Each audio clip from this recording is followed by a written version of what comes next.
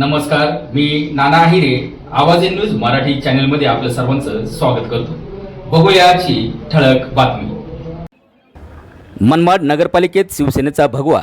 प्रभाग 10 मध्ये राजेंद्र पगारे आणि अलका रसाळ यांचा दणदणीत विजय.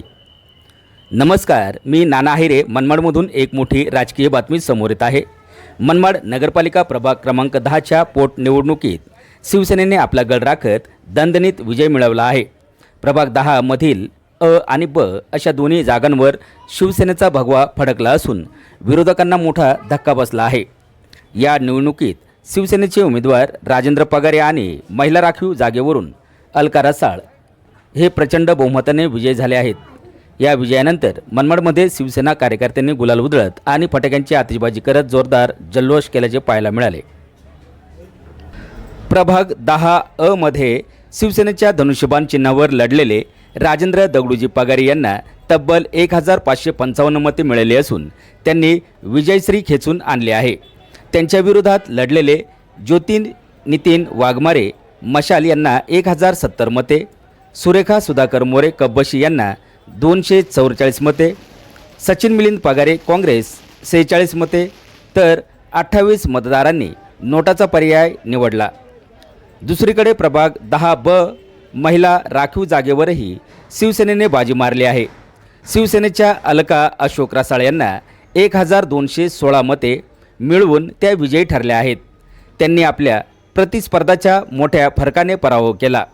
इतर उमेदवारांची मतसंख्या पुढीलप्रमाणे: शेख शिपा जावेद मशाल 816 मते, सपना हर्षल पाटील एसटी बस 551 मते, शेख मुमताज दिलावर घड्याळ 269 मते, शेख आफरीन रफीक ऑटो रिक्षा 41 मते, शेख शमा बुडन टीव्ही 14 मते, तर 36 मतदारांनी नोटाचा पर्याय निवडला. एकंदरीत पाहता मनमाडच्या प्रभाग 10 मध्ये शिवसेनेने एकतर्फी वर्चस्व दाखवत विरोधकांचे आव्हान मोडीत काढले आहे. दोन्ही उमेदवारांच्या या दणदणीत विजयामुळे शहरातील शिवसेना कार्यकर्त्यांमध्ये उत्साहाचे वातावरण पाहायला मिळत आहे. अशाच ताज्या आणि वेगवान घडामोडींसाठी पाहत रहा आवाज इन न्यूज मराठी. धन्यवाद. आजचा विजय हा निश्चितच होता. अगोदर 2025 मध्ये ज्या निवडणुका लागल्या होत्या आणि त्यावेळेस ही निवडणूक कॅन्सल झाली, त्यावेळेसही आमचा विजय निश्चित होता आणि तो एकतर्फीच होणार होता. परंतु एका उमेदवाराच्या मृत्यूमुळे हे स्थगित करण्यात आली आणि आता ही पोटनिवडणूक झाली. जशी निवडणूक लागली त्या दिवसापासून आमची खात्री होती की आमचा विजय निश्चित होणार आहे आणि आम्ही एकतर्फी निवडून येणार आहे.